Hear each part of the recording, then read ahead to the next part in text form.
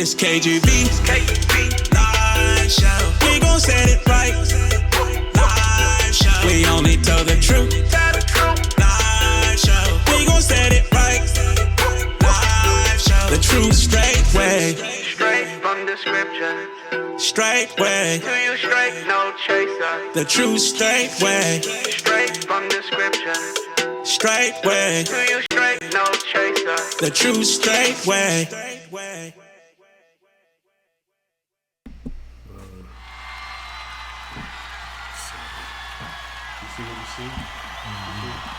Shalom, shalom, shalom, family. I'll let you say what he do. Shalom. Welcome shalom. to the KGB Live Show with your host, Brother Kabir Gbaja-Biamila. Yes, shalom, Mish back. Payak. Oh, yeah, I can get that. Mish Paka. Guys, I'm working on this stuff. Mish Paka. Mish Paka. Mish Yes, Paka. Mish Shalom, Mish Paka. Yes, okay. Guys, I'm going to get it. We're working on this. I'm working on my Hebrew here. I have a hard time with English here, and Freddie out there is busting up right now. I mean, Freddie is busting up laughing. But it's all good. I'm going to get it. Hey, you know, what they say, the master has failed more than the student has tried. At least I've tried, okay? Yes, sir. Hallelujah. Well, Brother Kabir, welcome back to your own show. Yes, sir. This Yes, is sir. episode 25. 25. We've done 25 episodes of the KGB Live Show.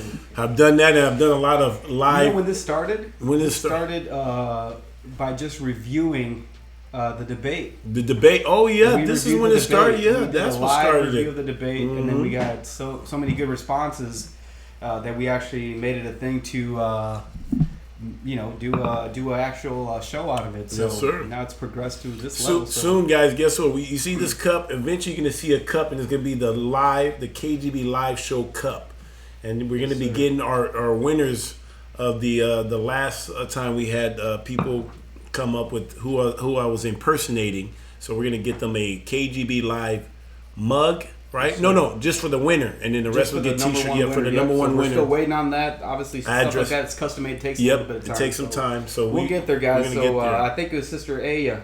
Yes. Sister, be patient with us. It's coming. And It's the coming. shirts are still being made as we speak. So we'll get there. But We had a busy anyway, week. I'm sorry. Go ahead. Yeah, so we had a busy week. Yes, so we obviously, did. but I'll let you go. Take it. I just want to do a quick audio check. Saints, please let us know how we are coming in. Can you guys hear Brother Kabir well? Can you hear me well? Visually, do you guys see us? Can we give us from 1 to 10, 10 being the best, 1 being the worst? Maybe we should start doing your 8 for great. I like that. I like that. Now, you know where I got the 8 for great? I got it from Muhammad Ali. He says, "I'll knock you out an 8 to show you that I'm great." Anyway, it just always stuck with me. It seemed like it rhymes. See? If you guys need Brother Kabir's mic to be a little higher, we can get it up. Testing 1 2 3. Testing 1 2 3. I'm gonna put it up a little bit. Just is that just for you for your chat? Is that just for the chat? For my chat, but I can also use it for my Bible too. Okay. I just think when you put it on there, Shalom, huh? Oh, it messes it up. picks up the rubbing and stuff. Oh, okay. Do you need you want me to get you a book or something? I can use this right here. I got something right here. Perfect. Alrighty, everybody's giving us a 10, so we're looking good. We're looking good, guys. Well, thank you guys for being back. Yes, we are back and active, everybody. Guys, we have there's been a lot of things happening, right? A lot. There's been a lot of things happening. So where do we start? First, let's just start with announcements like we always do, guys. Make sure, if you guys haven't already, go check out last Shabbat service. Man, that was a powerful service, bro. Very powerful service. I thought it was very powerful about deliverance again. Deliverance, rejection. Again. Yep. Would you agree that? Would you say like maybe 9 out of 10 people actually deal with a form of rejection? I mean, that seems like a very prominent issue just in general. I think that a lot of people deal with that, especially just growing up in the type of culture that we live in, and also coming into this truth. I think that anyone that actually is truly born again and that's come into this truth because you was sanctified from the beginning. Pastor Dow was talking about that. I knew you before your parents even knew, came together, right? When you came out of your own mother's womb, you were sanctified in Jeremiah, right? And so you had to experience a form of rejection, and to be able to stay in this truth, you have to have the ability to withstand being rejected. I mean, so I think a lot of people deal with that, and once you know who you are in Christ Jesus, and the most important person not to be rejected by is the Most High. What did Jesus say? It's better to fear. He says, don't fear man who can destroy your body, but fear him who can destroy your body and your soul in hell. Yes, so, sir. but I think everybody just deals with some type of form of rejection. And I think that, like Pastor Dow was saying, he said that sticks, you always hear the saying, sticks and stones may break my bones, but names will never hurt me. That's full of crap. We all know that really. That's what hurts the worst. That's what really hurts the worst. That thing will stick with you for a lifetime. But what you get hit with, all my football wounds, I can't remember that, but I can remember all the bad things that were said to me and things that I may have received. Now that I have been delivered from a lot of those things, It doesn't bother me. So anyway, yes, sir. No need to digress. No, yes, sir. No, thank you for that. Yeah, I mean, this is definitely something that, because obviously people probably see you at a certain level or see people in leadership at a certain level where these guys don't deal with anything. These guys don't get tempted with thoughts. These guys don't have to deal. They're holier than thou, and then they got it all figured out. But how many times have we dealt even in our own community where you're always going to get these temptations of people, hey, maybe he doesn't like you, but it's just about overcoming, like you teach. It's overcoming. It's all mine. I even think about look what I had to overcome. You guys have been following me and been looking. I see people going back into my archive, looking at all these videos, and I'm seeing people comment on old videos, and now they're literally following my story, following my journey of everything I went through, and I had to overcome.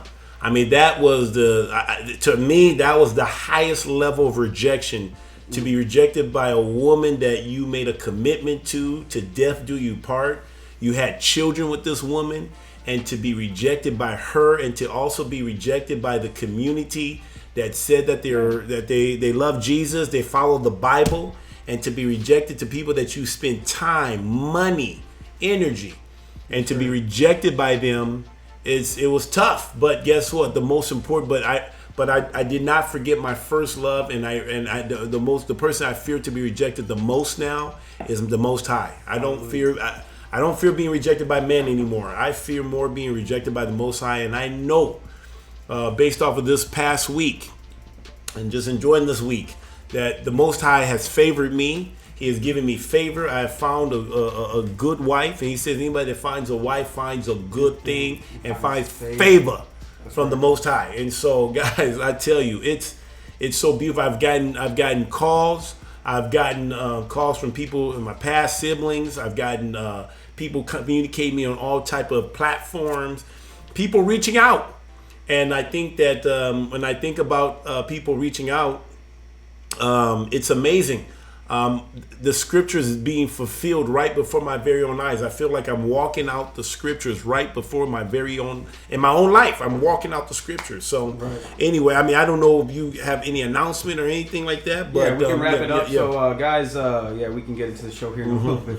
But there's a lot to touch on. But guys, you guys and know please, and I want people to this week, this show to participate, ask questions. This is a good time to see what's going on. But I know you're going to ask a lot of questions, but we can pick up on some good questions. Yes, sir, definitely. Guys, you guys know the drill. Check out Shabbat service. If you guys missed Sister to Sister, actually 2 weeks ago, Sister to Sister was live here at Straightway Praise Land. Straight live via Straightway Praise Land. We had Sister Ashley with Sister Jennifer, and I mean, what's the chance of that happening? And Mother Carol as a bonus? Woo-wee!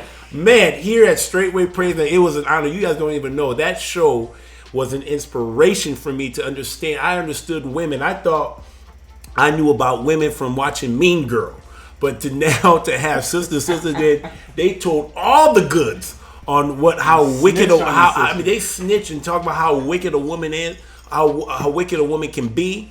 And the fact that women have the ability to be obedient if they submit themselves truly to Jesus Christ. And so it was just an honor to have Sister Ashley and Sister Jennifer here. But Sister Jennifer has been here, but this was Sister Ashley's first time here. So I was very honored to have Sister Ashley come and visit here at Straightway Praise. And I think she's going to come back again in November by the grace of Yah.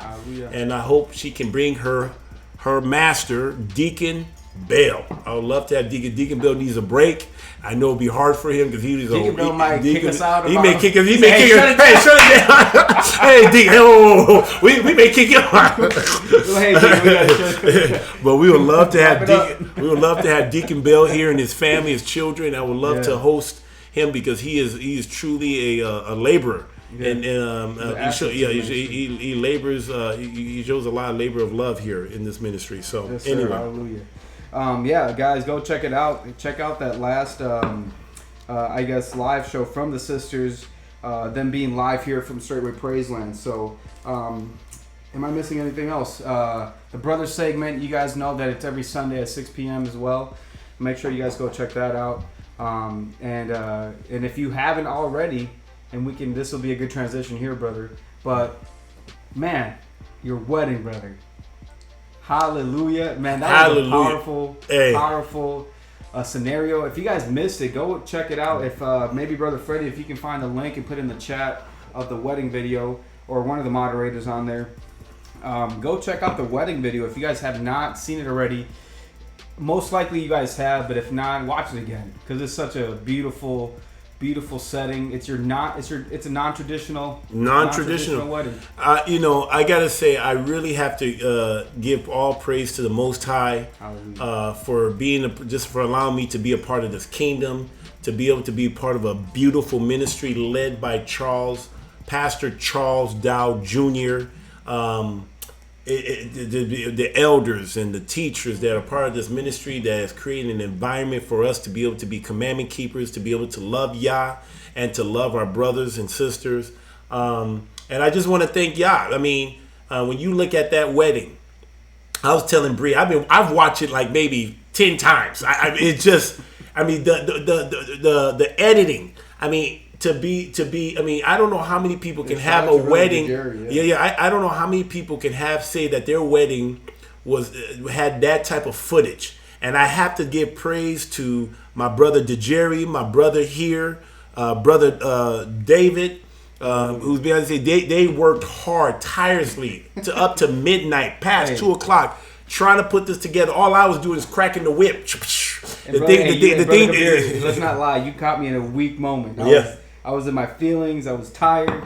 Giving me attitude, you know what I'm saying? I had to be patient, you know.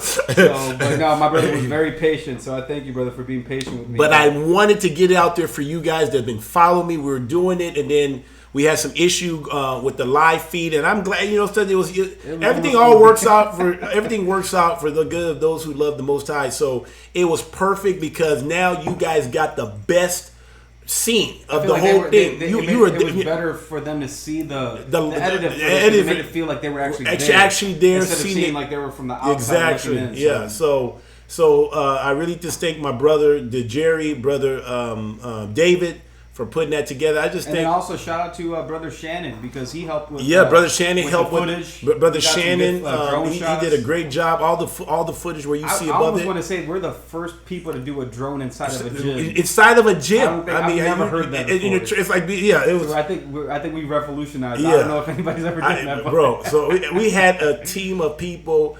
I think my brother's brother Elder. I'm gonna start with Elder Mitchell. Yes. Brother Leslie, brother Rob Mathis, brother Daniel Muir, brother Samuel, and brother Lee. Brother Lee, Leslie. And all. Man, for them, and now most people in traditional weddings says, man, these men stood in my wedding. I can honestly say these men didn't stand at my wedding. They danced at my wedding, and they danced their ass off. I tell you. Should we let the cat out of the bag and say, okay, how did this even come about? My goodness, because it seems when you watch it, it's like, man, these guys practice it like this happened tonight, and then also my brother Calvin announcing me as the bridegroom. I mean, it was often. Then you got the West. Is it? I don't know if I'm saying the last, but you got brother Chris and brother who's the other brother that opened the door? Oh, you had brother Josh and brother CJ. Chris. They were my my doorkeepers. I mean, they just wanted to be a doorkeeper part of the kingdom, man. Man, this was off the chain. But literally, this all happened the night of. Friday night, brother Lawrence and yourself came up with a beat, and now it started off with Maishaya, sister Bree. Shout out to brother Lawrence. Lawrence, sister Bree. She came out. She had her, entry music. I'm like, man, I gotta have me entry. I was thinking of Lion King, or I'm like, we were trying to find something. I had no music. I said, I gotta have a music to come out to. I mean, I'm like. Something like I didn't know if it could be Shaka, like boom, boom, boom, boom, boom. Hey, I'll tell you this because me being a musician, brother Lawrence, man, I gotta just give him some shout out. Shout out to brother Lawrence because that brother Kabir was able to say, hey, this is what I want, and he was able to deliver. He was able to say, you know what, I know what you want, boom, boom, boom, get it together. I helped him a little bit. I said, hey, this is how you use the program. What about this and that? But he's the one who really took over that project. And Lawrence did a great job. I just said, Lawrence, all I know is I said, what would you do if Jesus was going to enter into a room? How would you do it? That's what I told him. Because if I'm supposed to be Christ in the marriage, right? I want to represent Christ as his representative in this marriage. So treat it as if I'm Christ. And that's what he did. He did a beautiful job. And so when he came up with the music, then we were trying to get my steps down. Like, how many steps is going to take me to get? So we were trying to do it in the basement, but it had angles. We're walking around. And then finally we says, let's just go out there and practice it. And then there was people there just for fellowship. It was Elder Mitchell who got it started. Elder Mitchell got it started. Elder Mitchell's like, man. He said, man, we got to come out with this. And then... And so that literally happened, and then it just evolved. All I had to do was worry about walking and looking tough. That's it. Now, some people said it looked like I was sad. I'm getting married, but I wanted to look like a warrior coming for my bride. I'm like, I'm coming to get my bride. You look like a warrior, man. Hey, who? I feel like I'm with the red carpet. Yeah, don't say red. Go ahead. Who is your designer? What are you wearing tonight? I mean, who made your garment? Elizabeth from Nigeria. She's a woman that I met over Facebook. She actually lives in Nigeria. And she made me and my bride's garment. So everything you saw literally was authentically made in Lagos, Nigeria. And so, awesome. So she did a great job. I really wanted to wear something very chiefly, very royal, and that was like between modern and traditional. Traditional, yeah. So I did want to get the fringes in there, but the way that thing was set up, you couldn't get the fringes in there, but it was good. And then we was able to get Sister Bree. So I thought she did a good job, but I really appreciate Sister Gabby. Who was it? Sister Heidi. Sister Jazz. And maybe she can come out and do the yeah. These are the sisters that helped modify Sister Bree's outfit, you know, so they did a good job. And matter of fact, that's even a story behind that, because it didn't work out, because obviously going back and forth to the state in Nigeria and going through customs. Man, so we got it back. It was the wrong size. Then we had to go back, and then she sent it back. And we were fighting against time. We were fighting against time, and literally, and then sister, I mean, man, man, I love this ministry, man. Then you got Elder Rufus. I remember talking to Pastor Dow. I'm like, who can do some alteration? And then Pastor Dow says, Elder Rufus' wife can. So his wife was able to, sister. She was able to do the alteration and everything, and she did. She says, you know, I'm kind of nervous. I don't want to touch the dress and everything. I said, this is my dress, okay? This is not her dress. This is my dress, okay? And I believe. And we prayed. We prayed over this. I prayed that God would give her wisdom beyond her years to put this together. She did a great job. And she did a great job getting it. And then it still didn't quite work. You know, I mean, I looked at it and I'm thinking like, man, okay, let's go up to the back. I mean, I had faith. I mean, Bree was kind of like just getting frustrated. Like, I don't think it's gonna work. Like we were making bread or something. I'm like, man, I mean, like, yeah. Bree, come here. Let me bring my woman here. Real quick. Let me ask her. I had to get Bree out of my the master's chamber. Sister Bree, please bring us back to that moment when your dress was still being tailored. What was going through your mind, and how did you overcome it? Oh my goodness. So literally like the night before, Sister Gabby, Sister Jad, and Sister Ivy were like nipping and tucking. Like, all right, this is going to work. Because Sister Gabby, like, she was determined that I was going to wear this dress. I was like, okay, yes ma'am. My master, he wanted me to wear that dress. I was like, okay, I'm going to wear it. So. Did you have any doubts? Bree? To be honest, I had a water. I literally had a drench her with the water of the word. I believe we gotta get this stuff here now. Even to the crowd, like saying that, you know something, maybe it's not gonna work. Let's go ahead to the backup plan. And then Sister Gabby came in. She's like so you had Elder Rufus' wife. She came in. She kind of she did the bulk of it, right? And then all of a sudden, Sister Gabby come in, Pastor Corey's wife, she comes in and she's the relief pitcher. She's the closer. She says, we got this, you know. We had to go to Walmart, get some stuff. The night after Shabbat, when Shabbat ended, first day, we went to Walmart, we got some pins and some little stuff in here. And then all of a sudden I'm looking like, wow, this is gonna, I mean, and we did it. I mean, it looked awesome. So it was a team of people. Obviously, it was created by Elizabeth, and then obviously Elder Rufus, Sandrea. She allowed us to. She used her service. She had a sewing machine. I thank my neighbor. I got in. You know, I have my neighbor. She's like, everybody pulled through. She allowed us to borrow the sewing machine. She said, don't mess up the scissors. And you know, there was so many things that went on behind the scenes to get it to where we were. It was beautiful how y'all put this together. So. But Bree, she believed at the end of the day. Towards the end, when I gave it, she said it was gonna work. When did you get relieved and like, all right, finally I can, this is gonna work? When did that happen? After we came back from Walmart and they like had it all figured out. That was the night. That was the night before. The night before. Mm-hmm. So praise Yah. Mm-hmm. Yes. So anyway, so it was great. Did you enjoy the wedding? I did. Did you now? Now you got to admit, this is one of the best weddings you probably seen. Have you seen to date? She might be biased though. I'm not. She might be biased. Y'all might be biased. Say it. I'm following my master. If yes. he says it's the best, then I'm going to say hallelujah, it's the best. Hallelujah. So, well, thank you so much. Thank you so much. Yes, y'all. Yep. So, but man, guys, I tell you, it was just the stuff that came into it. You would think we would practice this all week. Literally, all of this thing happened within a 48-hour period. Okay, I mean, even the way it finished, we didn't even know it was gonna finish that way. With the guys dancing behind me, it was almost better that way too, because I think when you orchestrate too much, then you're prone to make mistakes. Mm-hmm. But if you just let the Spirit lead you, this was Spirit led. I tell you guys, this was. And Pastor Dow, can I brag about my pastor? I know people are gonna accuse me for worshiping Pastor Dow, but can I give credit where credit is due? Pastor Dow did an amazing job to officiate this wedding. I mean, it was so biblical. I mean, he went through all of the scriptures about the role of the man, the woman, the detail that he went into, making sure that he told us our roles, the contract that they put together. I love my pastor.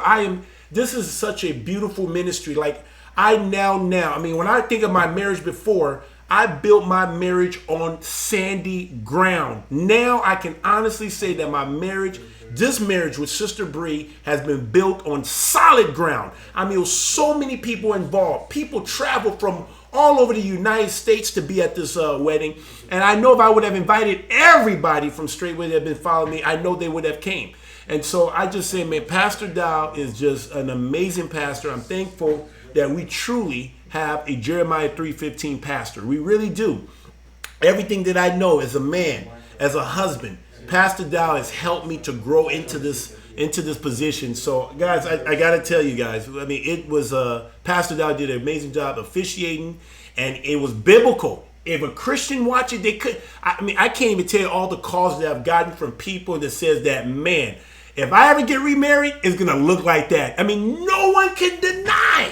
And we got Brother Michael Israel on the chat. He says most masculine wedding ever. Exactly. That's I mean, the truth, though. No one can deny that this ceremony was biblical. People notice. Some people say, "Wow, that's interesting." Some people, even after talking to him, they didn't put nothing. They said, "Wow, everything was centered around you." I said, "Well, let me ask you something. Have you ever think, is the church going to be waiting on Christ or Christ waiting on the church?" No, the church is waiting on Christ. I said, I represent Christ. I said, wow. I mean, so many people got this Roman Greco mentality. They don't even see that the way they do ceremonies is not even biblical. Now, you had this idea way before. The only idea that I brought into this whole wedding is that I was going to come out last. Now, the way I came out and how it came, that was y'all thing. That was all these other things. But I knew one thing but I felt weird. I'm like, man, I kind of don't want to come out by myself. I'm like, I'm the guy. I'd rather be down there waiting on her and be comfortable and everything. But I said, I got to come out. And then with Elder Mitchell, the Spirit was led by him to say, hey, let's do some type of dance. So now I was able to go out with my army. I mean, and I had strong men leading the way, making the pathway for me as I represent Christ Jesus. And then, man, shout out to Brother Lee. I don't know how. Brother Lee, he got some great knees, man. Brother Lee, I mean, I know you're young, man. You must not put so many years on those knees, because I was impressed. Yes, sir. But like I said, it was so beautiful how this came together. But like I said, I've been getting calls. I've been getting people talking to me on my social media, and this is getting people to look. I even had a sibling. One of my siblings just called. We just got off the phone just before I got on the show. He says, Kabir, this is the sibling that told me. He says, Kabir, when I first came out on YouTube in April of 2018, I believe, right? 6 months after my wife left me, maybe even more. Yeah. But after she left me, he says, Kabir, don't put your business out there. He told me, don't do this stuff, man. Don't do this, man. Just take some time to just cool off before this. And guess what? He just called me, right? I got off the phone. He literally called me and said, hey, I just want to say something. I know I told you not to put your business out there, but when I look back on it now, I can see you did the right thing. And I'm telling you right now, he's not even in the faith. He just says, you are getting, people are watching. People are watching, and you are showing them that they don't have to put up with these wicked women anymore. That it can be better. Come on, bro. It can be better. Let me read something to you out of Esther here. You know I got to go to the word, right? So here's what it says right here. I'm just going to go to the part in Esther where it says this. It says right here. It says, and when the king decree which he shall make. This is Esther chapter 1. And I'm guys, you'll follow, but chapter 10, but I'm kind of reading from there. It says, and when the king decree which he shall make shall be published throughout all his empire, for it is great, all the wives shall give to their husband honor, both great and small. Guys, this is what's happening. My marriage literally is causing people from the Hebrew Israelite community and people all over the United States and anybody that watches to rethink the type of relationship they're in. Come on. Straight up. Look what it says here. It even goes on and says, for he sent the letter into all the king province. I sent the letter through YouTube. live Pretty for much, yeah. everybody to see. We have over 4,000. Pastor Dow on his channel has over 10,000 people that's already viewed the wedding, right?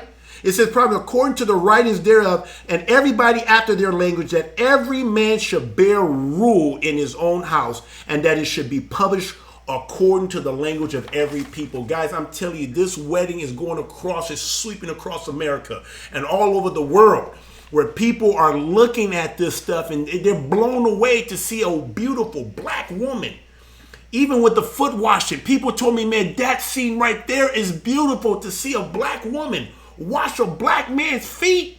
It's off the chain. And to turn around, all the people that had things to say bad about straightway, that straightways are called, oppresses the women, to see the man also get down on his knees and wash his wife's feet. Guys, it's off the chain. And so, guys, this is what's happening. And what y'all's doing with me and Bree is just off the chain. And now people are starting to realize that a woman with a pretty face and a nice body is not going to cut it anymore. She got to be more about just looks, because after you get past the look, what are you? Guys, listen to me. I was a simp. I was a square back in the days, okay? But here's the deal. I got me a better woman now. She cooks, she cleans, she helps me, she's useful. Besides her beauty. She does that with joy. She does it with joy. She desires to do this for me. I have confidence in my Ishaya that she would do what I ask her to do. I can tell her to do things and she would do it. I can go hug a tree, bow down. I can tell her and she would do it because of the love that she has for the Most High. And her way of showing love to the Most High is by honoring and reverence me. She calls me master. I know people's got to say, well, why does a woman got to call you master? Because that's what the holy women of Yah does. That's what Sarah did. She called Abraham master. Yeah, she did. So, guys, I got it. I can honestly say, this is not making up. You can't even pay me. Guys, I literally have it better. Better in every way. She's young, black, beautiful, and her name is B. So I got quadruple B going on here. I know I said triple B. I got the quadruple B going on here. So, guys, I'm telling you. Hey, let me ask you something. Yes, sir. Let me calm down. No, you good. You good. So, I'm sure this is a question that everybody's asking yes, too. Please ask the tough questions. So, we've seen your journey all the way from, literally from the beginning when you started putting stuff on YouTube and all that. To the point where we've seen your ex-wife come into the house and just ramped your house. With all the so-called supporters that they had, right? Team Eileen. Obviously, we had Team Kabir here not too long ago, but has anybody reached out to you from the past recently after seeing? I wouldn't even say it's a conclusion. I would say this is the beginning. The beginning of restoration of Yah establishing and letting everybody know that He is with you. Mm-hmm. Has anybody reached out from the past to apologize to anything? No one hasn't reached out and apologized, but what they're doing is, I noticed that they're reaching out and saying, okay, now they're reaching out by asking questions. Like, Kabir, I hear that you say you don't sin. What do you mean by that? Now I get to open up dialogue. Now I talk to a brother, John. I'll just use John right now. It doesn't matter, but John. We talked for a good 2 hours. And I was just telling him biblically of the stuff that I believe and everything, and showing him the difference between, talk about the relationship between a man and a woman and everything. I mean, I was able to have this conversation. We have a sister, Sister Lynn. She came and saw the thing. She's known you for a while. She's known me for a while back in my playing days, right? She knew Eileen. Matter of fact, I knew her husband. She's a widow. Yes, she knew Eileen. She met Eileen, and I knew her, but I spoke at her husband's funeral. And she knew me, and she's coming back and looking like, wow, man, I know this guy. She's checking out herself. So people, guys, we are causing some havoc here in Wisconsin. They wish that they were hoping that I would just get out of here, go to Tennessee with my tail between my legs. No.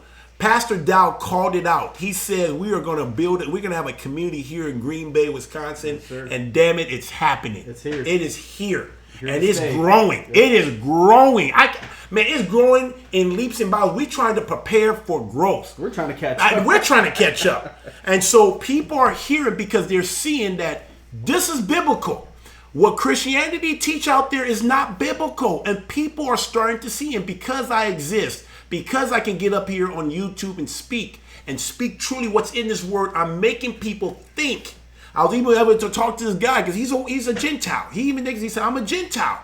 And he said, I'll give you a tip. When I tell people white devil, it's just to get people to think. It's to provoke you into love, to get you to go be a Berean. Go check my work. Go look through the scripture day and night and see if what I'm saying. Prove all things and hold to those things that are true.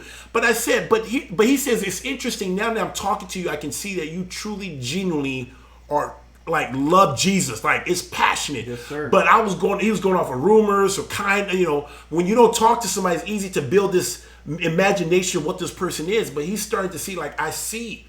And so guys, it's going to be amazing for months to come and years to come. What's going to happen? You do see at least a bit of a shift. I'm seeing the shift. People are seeing because what's happening is because of the marriage. They're saying that I had a woman before for 16 years. She didn't want to cover her head. She didn't want to stop the makeup. She didn't want to wear a long skirt. Now I get somebody better, younger, beautiful, who's willing to cover her head, not wear makeup, and wear the long skirt, and not only that, want to be a servant. Uh-oh. Did I say that? Uh-oh. Want to be a servant. Those are trigger words for an emphasis. If I remember correctly, I think my ex-wife says, you don't want a wife, you want a servant. I'm thinking, are we all servants? Are we all servants? But now I got me a woman who wants to serve me. I can call Bree and say, Bree, give me them to drink. She will do it in a heartbeat. She cleaned my office this week. She finally cleaned my master bedroom. She has not been in a master chamber since she's been here. Now, it's just so amazing to have my woman do this. I have clothes on the floor. She picks up after me. Can you believe that? Wow. I sometimes leave it there on purpose just to see. She picks it up. It works every time. And she do it with joy. It brings her joy to serve me. But that's her act of worship. And now, what Sister Bree is doing, she's challenging all these women out there. Do you truly love Jesus like you say you do? Because the way a woman treats her husband is exactly how she treats Jesus Christ. I don't care. If you reject your husband, you're rejecting Yah. If you disrespect your husband, you're disrespecting Jesus. If you won't serve your husband, if you don't want to serve your husband, you don't want to serve Jesus. I don't care. And now, my lifestyle, my relationship with my new woman now is challenging women now to really look. And it's also getting men to think like, wait a minute. I don't have to put up with this anymore. Because here's the fear that we men have, and I had it too, but I had to overcome the fear. I remember when my ex-wife left me, you know what she told me? She says, you won't find nothing better than this. This is her dare. She says, you said, I'm the best thing that ever happened to you. Wow. You're missing out. That's what she told me. Pride. You're missing out. Who's missing out now? I got me something better.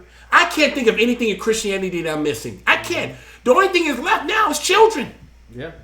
And trust me, I've been planting seeds. I've been working the garden, okay? Since September 1st, I've been working the garden planting some seeds. And so we're trying to get ready for harvest. So anyway, I'm telling you right now, I can honestly say, when I think of Genesis chapter 25, verse 67, and it says, Isaac brought her into his mother Sarah's tent and took Rebekah, and he became his wife, and he loved her.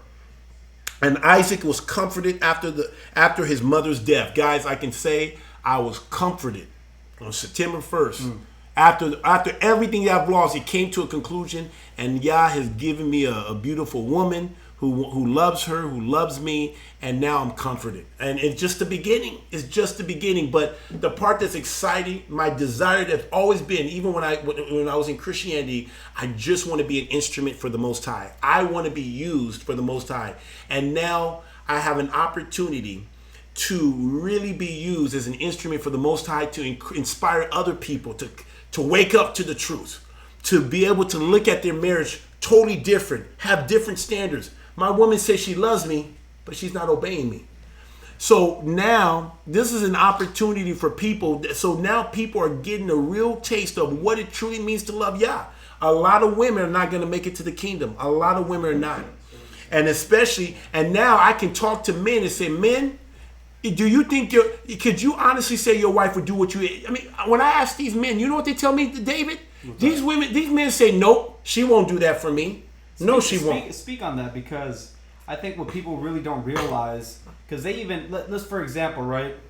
Your ex-wife might, and the outward appearance might look like everything is great, but let's be really honest. Does she have peace? Who? Your ex-wife. Oh no, she does not. Where are you at? And do you have peace? So speak on that. The difference in dynamic of what it was in Christianity. Everything looked great, but there was just no peace. There was no now peace. Being on this side. Oh, go ahead, guys. Let me tell you something. When people saw us, there was no peace. I mean, I was trying my best to live this stuff out, but there was no peace. There was always contention. But I thought that was normal. You have to understand. I thought that was normal. Everybody, everybody's gonna fight. Everybody. Not with me. What's that saying I used to hear growing up too, where it's like, if you're not fighting, that means someone's not being honest. Yep, That's exactly. BS. Yes. And that's what you're taught. You're taught that if you're not fighting, something is wrong. But you know something? I have peace in my home. We don't fight here. That's why when people come here, they feel a spirit of peace. Because there's no fighting and bickering. Everybody knows their role, from the men to the women to the children. There's a pecking order. There is a pecking order. Yes, I said it. And we all are submitted. Even I am submitted. I'm submitted to the order at Straightway. I have chosen to sit. We all have submitted ourselves into the Straightway, what they had to order, from pastor down to all the elders and the teachers and the deacons. We are submitted ourselves. I don't mind. There's safety in submission. There is. There's safety in submission. I would agree with that. And so, there's so much. There was not peace. And now, in my marriage now, as a Hebrew, really now I can live out the word. Truly live out the word. There's real peace. You don't just have when you guys see Sister Bree, look like she has a pretty face and that's it. No, but there's more to her than just a pretty smile and a pretty face. She is a beautiful woman inside. She truly is trying to live this thing out. We all have growing up to do. She still have growing up to do. She hasn't arrived yet. But guess what? But the potential, the future is bright. It's all about progress. It's bright.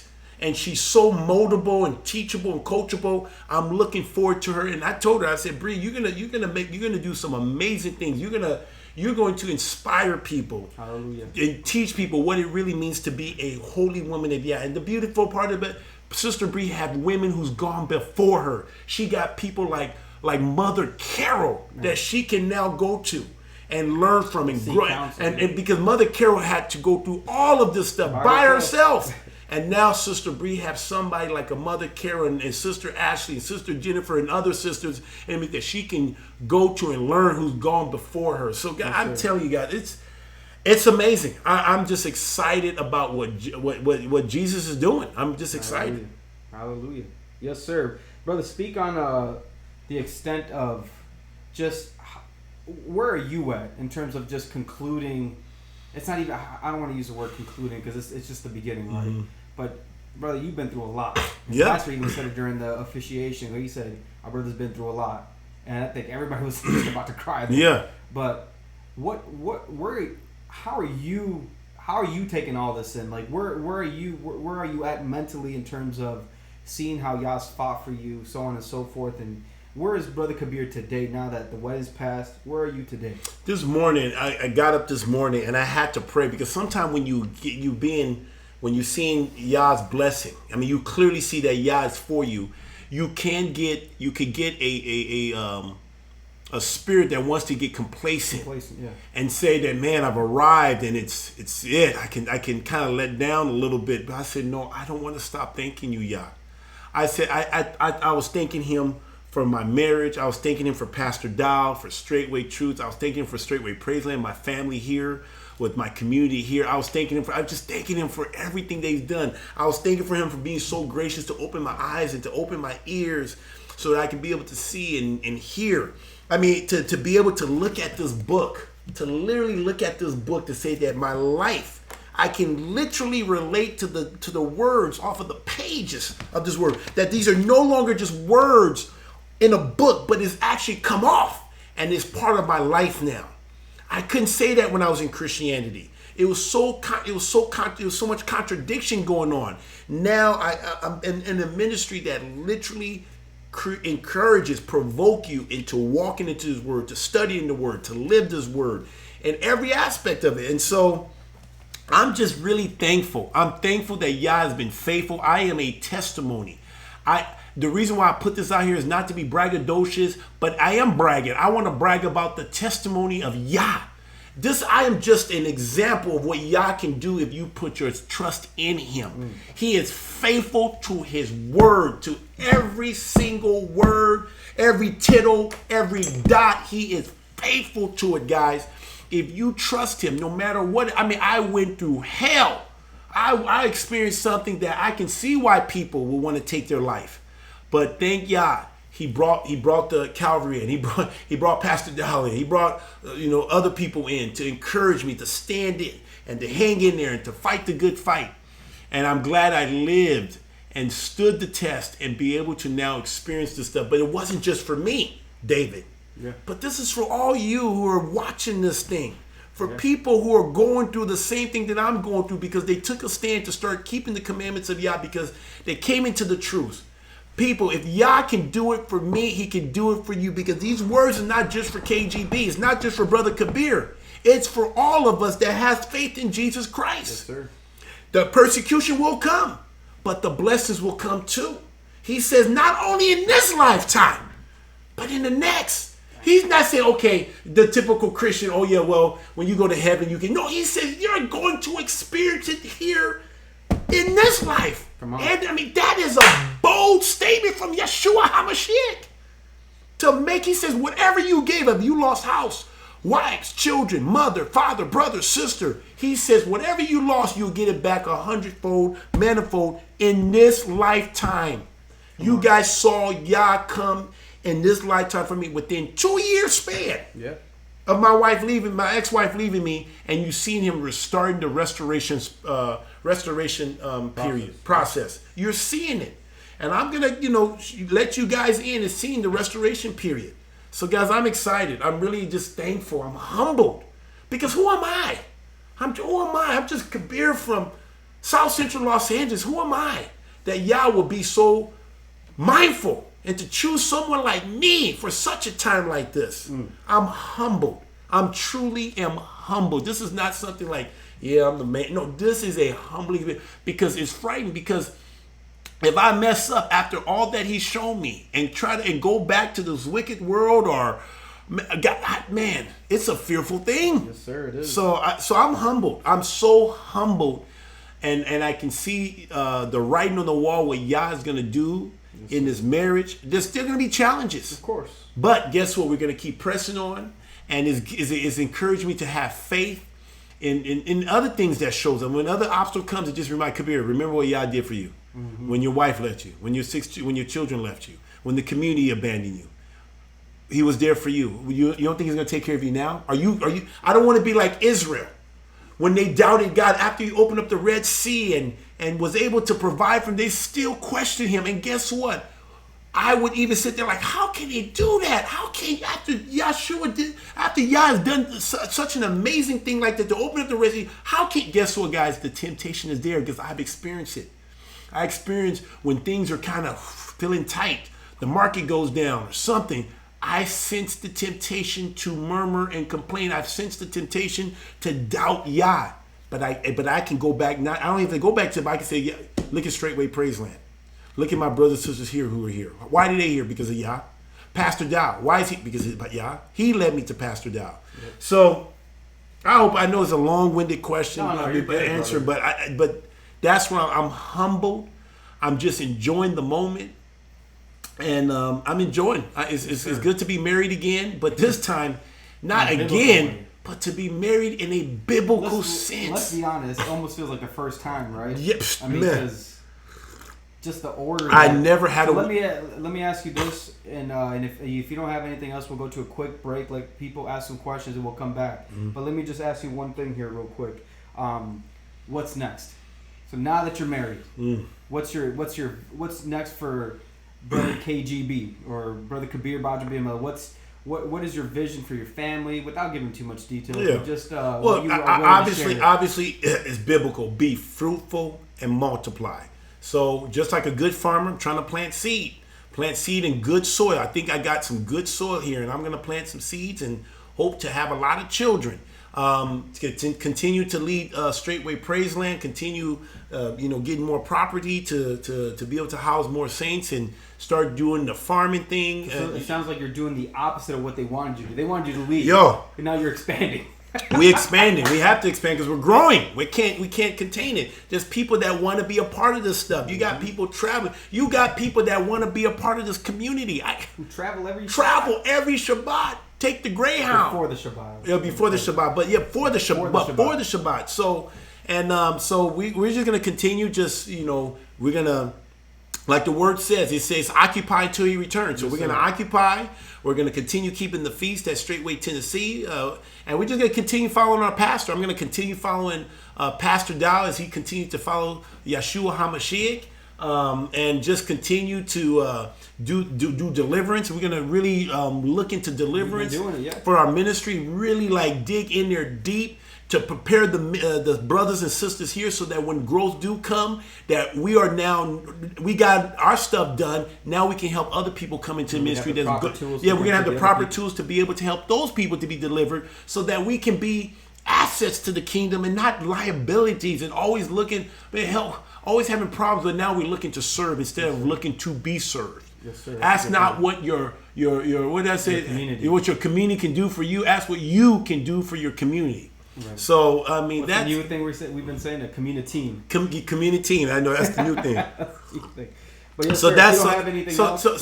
So that's what I'm gonna do, and just like I said, just enjoying, just really spending a good year getting to know Bree and molding her and shaping her according to my likeness. Yes, sir. And to get her to really represent my house. She has a lot of good stuff there, a lot of raw. You've seen it, raw talent. I think Straightway Casey did a good job. Pastor Corey, she used to be at Straightway Kansas City with Pastor Corey. And now I'm going to take her. She's very moldable, shapeable, and just shape her. And make her to my image, to my likeness. That's what men are supposed to be doing. Not to let their wife run wild. You're supposed to rule over them.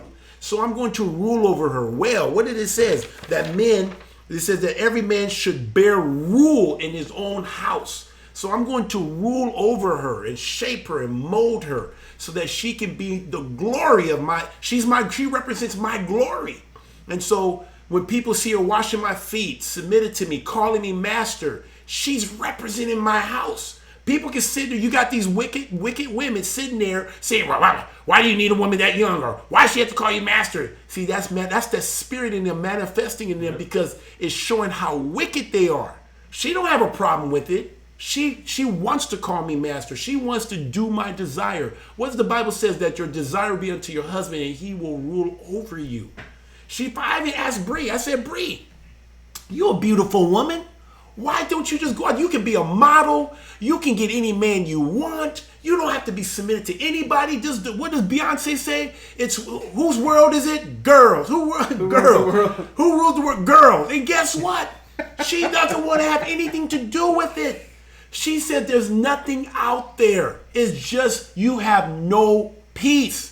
She wants to be in this environment. She thanks the Most High that she has a man like me. And I'm thankful to have a woman like I really believe that. And I'm even thinking about how y'all just preserved her. She's been in the ministry for 4 years. I'm surprised no one picked her up. It's kind of like it's like on the football team. How come no one picked her off the waivers? You know what I'm saying? I mean, so I was very grateful to be able to pick her up. And I found her. Literally, I found her. I chose to love her first, and now she loves me. Just like our relationship with the Most High, he loved us first, and now we love him because of the love he's shown us. So guys, this marriage is biblical.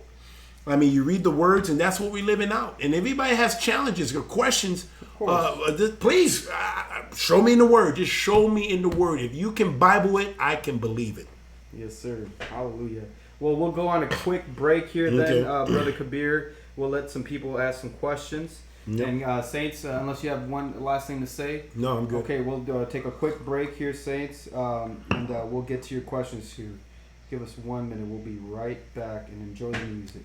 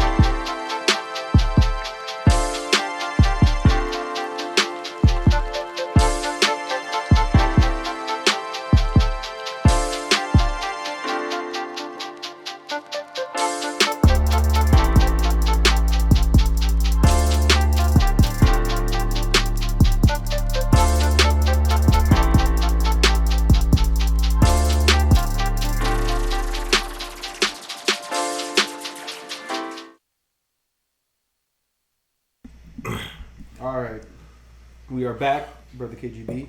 Let's see what we got here in the chat. Ooh, that looks a little funny. What's going on here? Excuse me 1 second. I gotta adjust this. Seek out other women, and is that the question? What? Let's say, let's see. Why is this one? It's all weird. Something up here. I gotta adjust it. I don't know if this Can people see that? Yeah, they can see it. Alright, there we go. Alrighty. They can hear you. They can hear you. Alright, Saints. I don't know if there's too many questions here, but let's take a look. No way break. Thank you. Okay, blessings Amy. Shalom, sisters and brothers. Love you. So shalom, everyone. My question is, where did God take? Honest question. By the way, love the wedding, beautiful marriage. So what's the question? My question is, where did Cain's wife come from? Okay. From Adam and Eve. I mean, yeah, I guess it's, I mean, we don't want to say have a topic, but Christianity has lied. Christianity did not help me to save. You're right about that, June. Sister Christianity will not save your marriage, especially if you're trying to keep the commandments of Yah.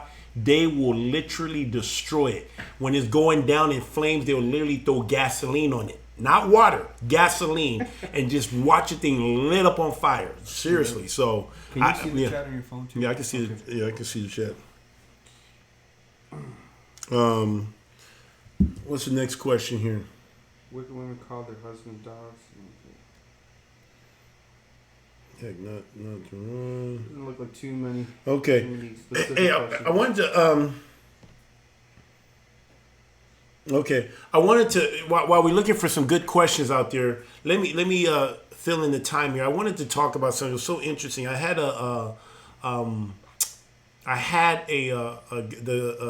Roger. You know, Roger is a guy that helps take care of my dad. This is a guy that actually does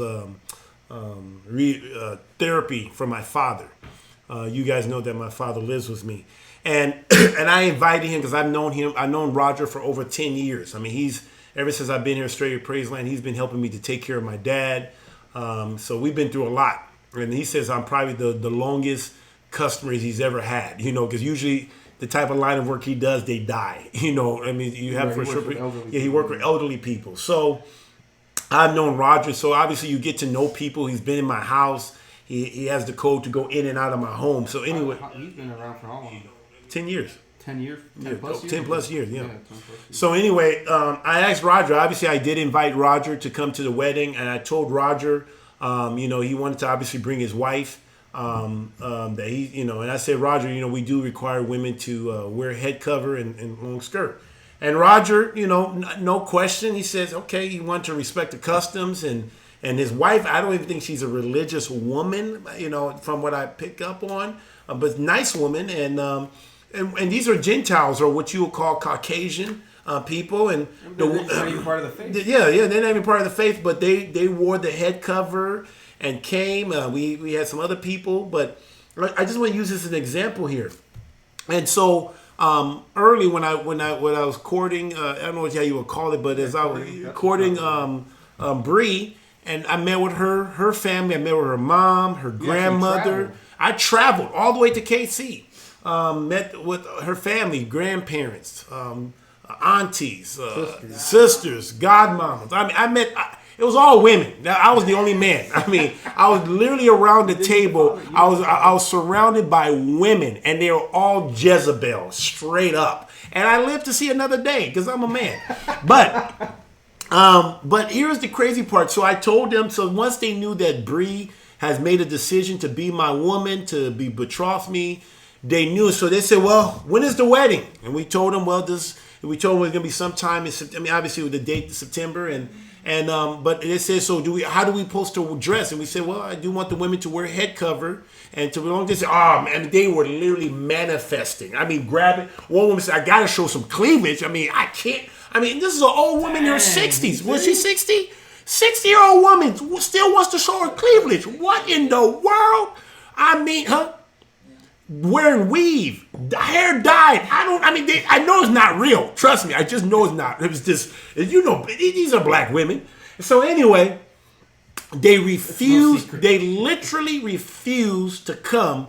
Her mom, dad couldn't make it. Everybody couldn't make it, right? Okay. And a lot of the women in her family did not want to come because they didn't want to wear a head cover. Now, only one sister, I believe her name is Sister Trina, right? Trina, her sister Trina, not a sister, but her sister Trina, her biological sister, natural family, she did want to come, but she did have the plane.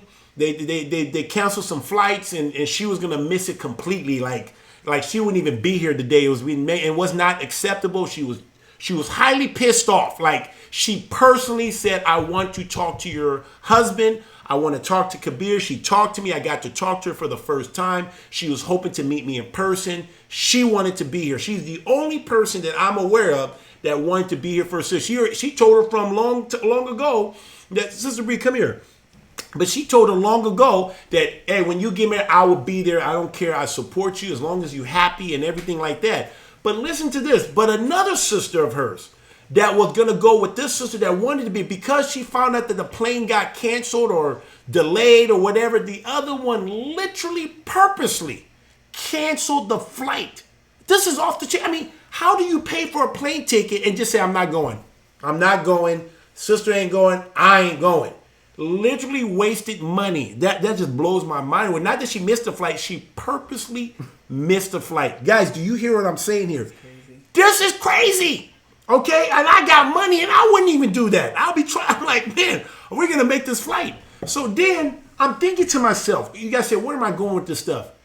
This is her natural family. Bree, out of all her siblings, was the last one to get married. She is the last person in her family. Am I right?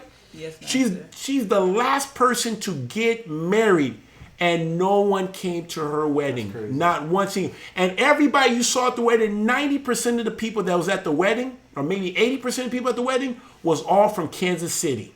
Mm-hmm. Straightway Kansas City. They drove. I don't think anyone take a plane. And then you have Pastor Dow from Tennessee. His whole family was up here. You have Elder Becker. He came up. I mean, you have people coming from Tennessee. You got people coming from Kentucky. You got people coming from Georgia driving. Elder Rufus drove 15 hours. I think it took Pastor Corey like 15 hours. That's 30 plus hours. And Elder Rufus drove the whole way. For us. And not one single natural family came. And I remember when Bree told me the story, I said, how do you feel? And what did you tell me? Remember what you said? I said, it is what it is. She said, it is what it is. And I said, Bree, come on. I know you want your family. And she invited them. Oh, how many people you invited? 10 of them? Like 10.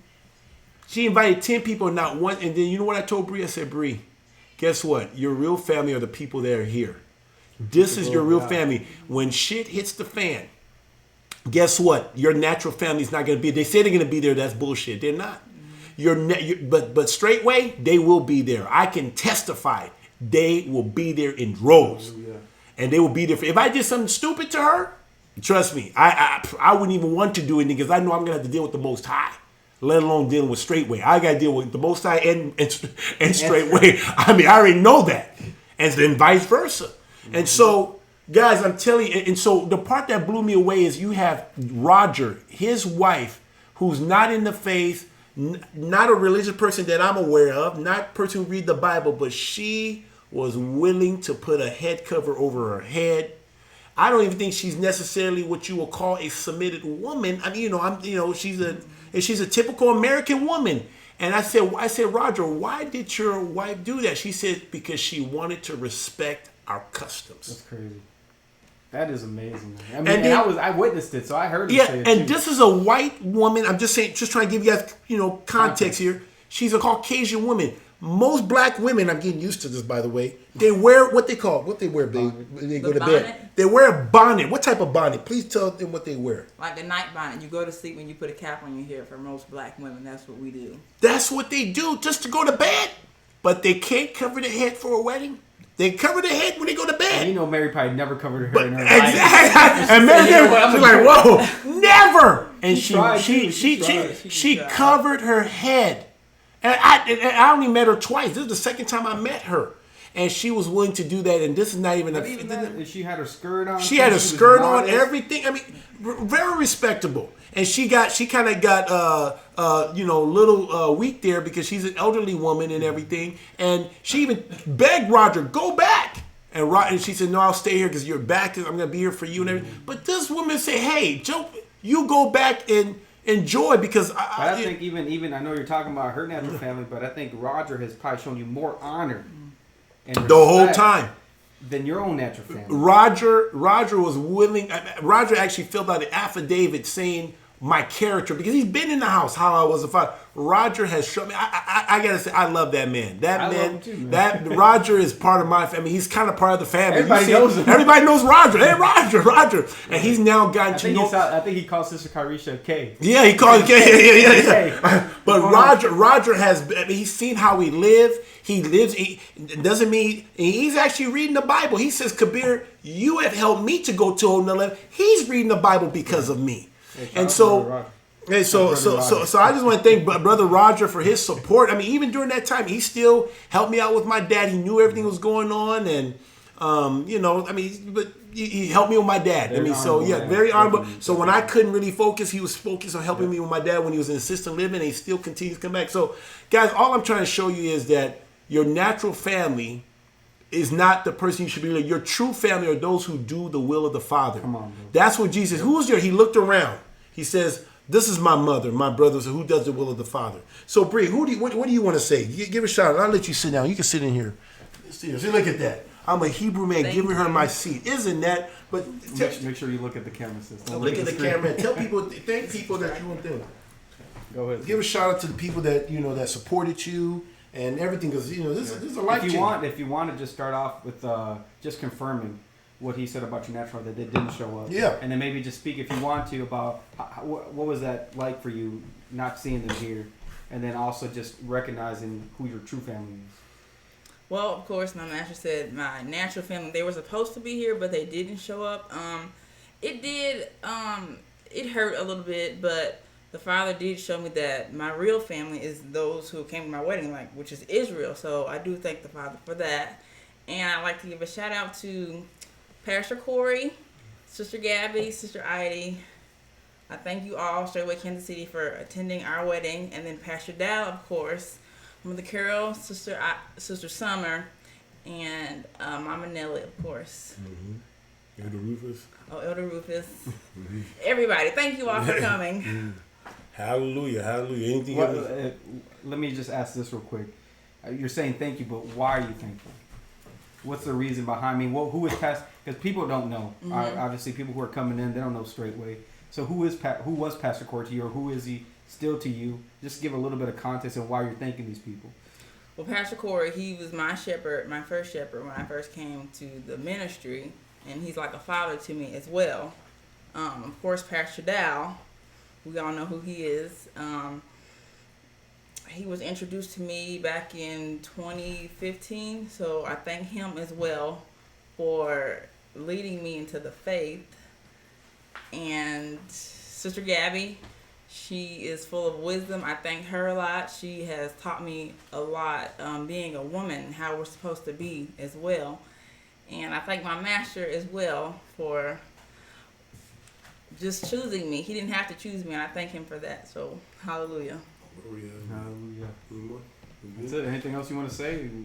Anybody you might have forgotten, or anything you want to get off your chest? You want to tell your natural family something, or I'm just I forgive my natural family. There's no hatred, anything. Hallelujah. That's beautiful. Hallelujah. Alrighty. Thank you, man. Thank you, sister. Alrighty, well, guys, you heard it from Sister Bree here. Now, guys, I'm gonna comment on this stuff because this is the type of crap that he was playing because he's one of your supporters. Oh, he is. Okay. I think. Okay. Now he's laughing. That's why. Okay. I'm gonna leave that alone. Okay. I just yeah. Okay, I'm glad you told me that. He's one of your biggest. I see women wearing bags. You guys see any questions? You see anything, Freddie? There's a few questions out there that we probably missed earlier. Anything that caught your eye there, Brother Freddie? Brother Freddie's our moderator, by the way. He's in the room. So yeah, he's in the room. Brother Freddie. All right, let me just check. There was a few that I saw. Says, what if husband is lackadaisical in walking in the faith? Wife is striving and does not want to leave him. What do you say to that? So basically, That's it sounds like. So how is a woman supposed to submit to a husband who's not Hey. walking as strong as her? Hey, so the question you heard is Susan Murray. Susan Murray says, how do you follow a man? Pretty much, and I'm paraphrasing. How do you follow a man who is not in really lackadaisical in the faith? Well, I'm about to show you. Here it says right here. Go to 1 Peter chapter 3, verse 1. It says, likewise, ye wives, be subject to your own husband. Well, you know how to do it? Be subject to your own husband. What do you mean? Let me keep reading. That if any obey not, I repeat, obey not. That means this person is literally not obeying the word of Yah. So you be subject to a man who's obeying not the word. They also may without the word be won by the conversations of the wives. So you know what you do by your own attitude, the way you subject yourself to him. You can win him over. That's how you do it. While they behold your chaste conversation coupled with fear, whose adorning, let it not be the outward adorning of the plaiting of the hair, or the wearing of gold, or the putting of apparels, but let it be the hidden man of the heart, in that which is corruptible, even an ornament of the meek and quiet and spirit, which is in the sight of God of great price. Right? For after this manner in the old time, the holy women also who trusted in God adorned themselves, being subjection to their own husband. So be subject to your own husband who's lackadaisical in the word. This one says obey not. At least this guy's kind of doing it, but be subject to him. Right? Even Sarah obeyed. Woo-wee. Did they say obeyed? Obeyed. I know there's people manifesting. Abraham calling him master, Lord, it says here, whose daughter you are as long as you do well and are not afraid with any amazement. So that's what you do. You obey him. You win him over. Hey, start calling him sir, master, Lord. That's what it says in here. Start cooking for him. Pick up after him. Don't murmur and complain. Make his life a joy. Make him want to come home and not stay at work or go to the bar. Make him like, man, I got to go home. My wife got me some, man, she hooks me up. Make him feel like a king. Maybe if you can make him feel like a king, he'll treat you like a queen. How about that for a moment, huh? You can't be a queen if you don't have a king. So, hey, that's what you do. And that's the problem. These people say, well, he ain't Jesus. Treat him like Christ himself. The only parameters that a woman really has, because people say, well, how about the only parameter that a woman have where she doesn't obey a husband if the husband is not obeyed, if the woman is telling the man is telling the woman to break the commandments of Yah. So use the commandment of Yah as your guide to know when you can obey him. So if the husband tells you to go make him dinner at 2 o'clock in the morning, go wake up and make him dinner at 2 o'clock in the morning. Do what you would do for Jesus. But when he tells you to do something that goes against the commandments of Yah, that's when you may have to entreat him. You will need to entreat him. Don't use it. Oh, now I can give attitude and shake my head and roll my eyes. No, that is the time to entreat him and let him know that you don't want to do such a wicked thing. And that give him options. Can we do it at this time? Can I eat this? Instead of eating the bacon, can I eat chicken or something? Give him options. Entreat him. Respect him. Reverence him. You'll be amazed. Most men, even a wicked man, can tell, like, man, I got me a good woman. My woman will do what I tell her to do. I have confidence in her. That's what you do. So women that's dealing with these type of men, you can literally sanctify that man, the Bible says in 1 Corinthians 7. You can sanctify him by your own lifestyle. That's what you can do as a woman. That's what you're instructed to do. And that's pleasing. And if your man is that wicked, guess what? Yah will replace him and give you one that's better. So that's my, that's my answer to that question. I hope that was helpful. Any more questions? Let's see here.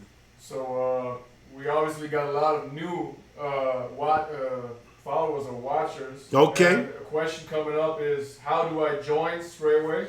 Okay. And where's the nearest straightway place in Florida? So people pretty much want to know how to reach out, how to get in contact, how to get connected with the ministry. Okay, guys, right now, until Pastor Dow gives us a way, contact Straightway at 615-3, what's the number now?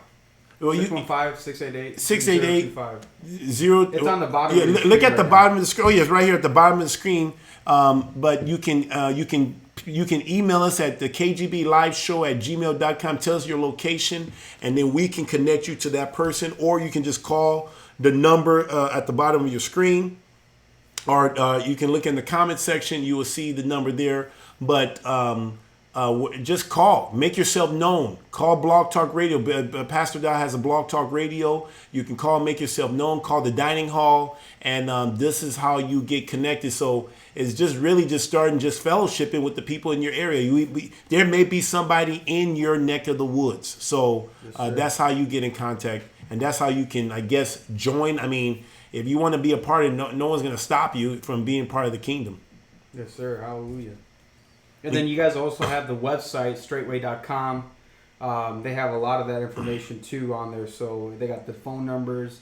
They got emails and stuff like that. So, and then like Brother Kabir said, they'll get you in contact with the nearest assembly near you. So, I guess any other questions? And I don't know if the number's on there, but 615-688-3025. That's 615-688-3025. That's the dining hall. We usually have it in every description. In description, okay. So, yep. Any more questions? Can you put that up maybe? Yeah, somebody asked, how do I introduce my family to the truth? So it looks like he's a man, he's a husband, and he came to the truth. And how does he start exposing his family, his wife and children to the truth? Well, start with the word right here. I mean, you got the word. Show them videos on Pastor Dow. Look at it. Is it a woman or a man? I think it's a man. It's asking the question. Yeah, and assess. I mean, you hope, you hope that your woman will follow you. I mean, I know you got Brother Freddie here. He found it, and his woman followed him. Brother David, woman followed him. You know, in my situation, I'm thinking mine's a little bit more common, maybe, or I don't know if it's as common, but you may have a lot of women that just won't follow you if you're a man, and then it could be vice versa too, where the man doesn't want it, but the woman is in the same situation. So just pray for wisdom. Sometimes I don't even know if it really matters how you present it. I don't want to get and say, well, present it this way, because to tell you the truth, if they don't have ears to hear or eyes to see, they're just not going to see it. Exactly. And but be patient, be tactful to the best of your ability, present the truth to them. And show them the things that you see at Straightway. Show them my videos. I mean, you see all the videos I put out there, or you can go to Pastor Dow's channel and look at the stuff he got on there. And so that's the best way I can say it. But just know that when you come this way, you will suffer persecution. I don't want to lie. This is not Christianity where it's going to be like everybody's going to be excited. You will. It could be experiencing and what you call good thing by being tempted not to keep the commandments. So yeah, maybe you'll get a higher paying job if you work on the Shabbat. Maybe you'll get fired. Maybe people are gonna hate you. Maybe your children may hate you. Maybe your spouse may hate you. Maybe your dog may hate you. I don't know how this is gonna come, but you gotta understand that persecution is a part of coming into the truth. Tell people about the Hebrew Me Too movement that you talked about. Yeah. Well, remind me.